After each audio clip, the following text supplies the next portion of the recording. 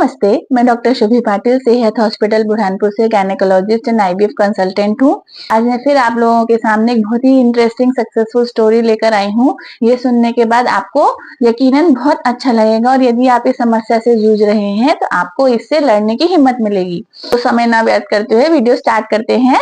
Video बिल्कुल and तक देखिए और बिल्कुल भी स्किप मत कीजिए।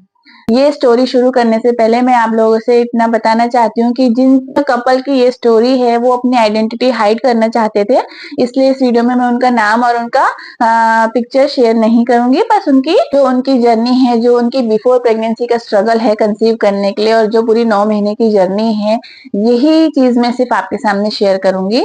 तो वीडियो स्टार्ट करते हैं। ये कहानी शुरू होती है एक कपल से जो कि मुंबई में रहते हैं, बट क्योंकि लड़की का मायका बुरहानपुर में है तो वो मेरे पास आती है अपनी रिपोर्ट्स लेके। उसको कंसीव होने में दिक्कत जा रही थी तो उसने वहां पर एचएसजी करवाया था और एचएसजी में उसकी रिपोर्ट में आया था कि इंटरनल ऑस स्टीनोज्ड है, जिस कारण से डाई यूट्रस तक नहीं पहुंच पाई है। मतलब जो बच्चेदानी का मुंह होता है वो बंद है, जिसके कारण से स्पर्म जो है यूट्राइन कैविटी में ट्यूब के पास तक नहीं जा पा रहे हैं। उस कारण से उसको कंसीव होने में दिक्कत हो रही है। तो फिर वो मेरे पास आती है और हम उसे लेप्रोस्कोपी का ऑप्शन देते हैं, जिसमें कई सारी अन्य चीज भी देखी जा सकती हैं।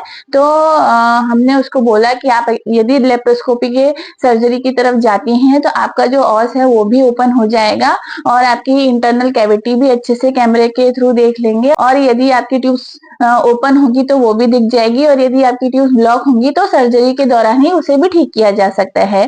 तो पेशेंट ने सेकंड थॉट ना देते हुए सर्जरी के लिए कदम बढ़ाया और सर्जरी करवाई। जैसे कि मैंने आपको बताया कि ये जो पेशेंट है वो मुंबई की रहने वाली है, बट उसका मायका यहाँ पर है। तो उनके इन लॉज को भी कोई दिक्कत नहीं थी और उसने मेरे पास ही सर्जरी करवाई। सर्जरी में हमने पाया कि जो उसका इंटरनल लॉस था वो बहुत ही टाइट था, जिसे हमने डायलेट करके लेप्रोस्कोपी किया और अदर सब पैरामीटर्स उसके सब ओके थे, सब अच्छे थे। उसकी यूट्राइन कैविटी भी अच्छी थी, ट्यूब्स भी अच्छी थी और ओवरीज भी अच्छी थी। तो हमने उसकी सक्सेसफुल लेप्रोस्कोपी सर्जरी की। उसके बाद में पेशेंट वापस मुंबई चली गई और वहां पे उसने कंसीव करने के लिए ट्राई किया।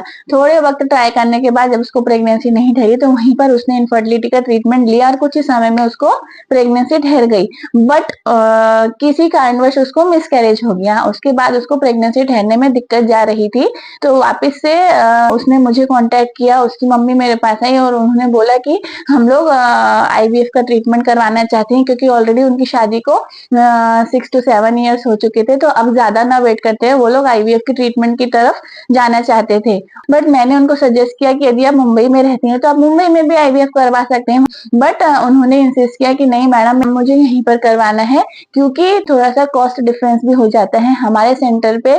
जैसे कि आप सबको मालूम है, बहुत ही मिनिमम रेट्स में आईवीएफ किया जाता है और बहुत ही अच्छे सक्सेस रेट्स हैं हमारे। तो काफी लोगों को हम पर बहुत ट्रस्ट है और वो मेरे पास ही आईवीएफ करवाना चाहते थे। तो मैंने बोला ठीक है, बिल्कुल हम आपका आईवीएफ करेंगे। फिर हमने उनका आईवीएफ किया और वो पेशेंट फर्स्ट अटेम्प्ट में ही उसका सक्सेस हो गया और वो पेशेंट कंसीव कर गई। तो जो पेशेंट थी उसने यहीं से ट्रीटमेंट स्टार्ट रखा और इस 9 महीने के दौरान पेशेंट को थोड़े बहुत प्रॉब्लम्स आए, थोड़े कॉम्प्लिकेशंस आए, बट वो पेशेंट ने एक उफ भी नहीं निकाला। बिल्कुल पूरी 9 महीने की जर्नी में उसको एक भी बार उसने नहीं बोला कि मैडम मुझे ऐसा हो रहा है, मुझे वैसा हो रहा है। उसने बाहर से एक सिंगल मेडिसिन भी नहीं ली मुझसे पूछे बिना।